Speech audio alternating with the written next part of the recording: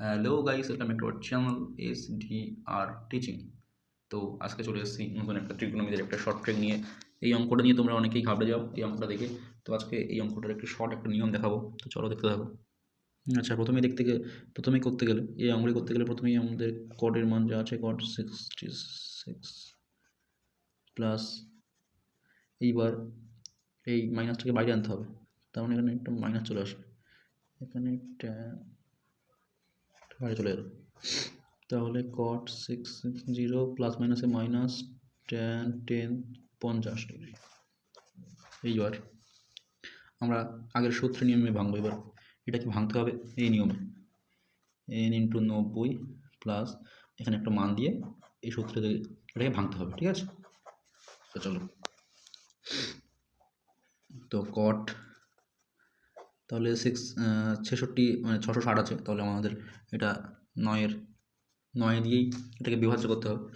তাহলে 6×9 = 54, 6×7 = 63, 7×9 = 63, 8 দিলে বেশি হচ্ছে, তাহলে 7×9 = 63। সঙ্গে 30 মানে 630-এর সঙ্গে 30 যোগ করলে 660, তাহলে 30 মাইনাস এখানে ট্যান বসিয়ে দাও, দিয়ে এখানে 10×50-এর সঙ্গে 11 দিয়ে করলে এটা মিলে যাবে। 11 990 হচ্ছে, 9×9 = 990, 990-এর সঙ্গে 60 যোগ করো, তাহলে আমার চলে আসছে 1050। ব্যাস, এবারে আর কিছু না, এবার একদম ঘেঁচাং ফু করে দাও। তাহলে 7টা কি যুগ্ম না অযুগ্ম হয়? 7টা আমাদের অযুগ্ম হলে কি হয়? এটা চেঞ্জ হয়, তাহলে কট থাকলে কী হবে? ট্যান হবে। আচ্ছা, এই 7টি কোন পাদে আছে আমরা একটু করে দেখে নেব। 7 1 2 3 4 5 6 7, 7টি তৃতীয় পাদের সঙ্গে 30 যোগ করলে চতুর্থ পাদে চলে আসছে।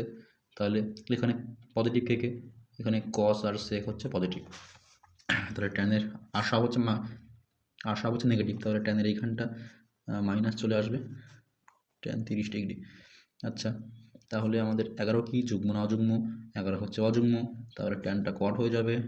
আচ্ছা, 11 কোন পদে আছে ভাই? 1 2 3 4 5 6 7 8 9 10 11, এর সঙ্গে 60 যোগ করো চতুর্থ পদে আমি আগেই বলেছি কস আর সেক হচ্ছে পজিটিভ, আর সব কিছু নেগেটিভ পৃথিবীর যা আছে, তাহলে নেগেটিভ। তাহলে এখানে একটা মাইনাস আছে, আর একটা মাইনাস দিলে প্লাস হয়ে যাবে 60 ডিগ্রি। তাহলে এবার মানটা বসিয়ে দাও, এটা তো খুবই সোজা।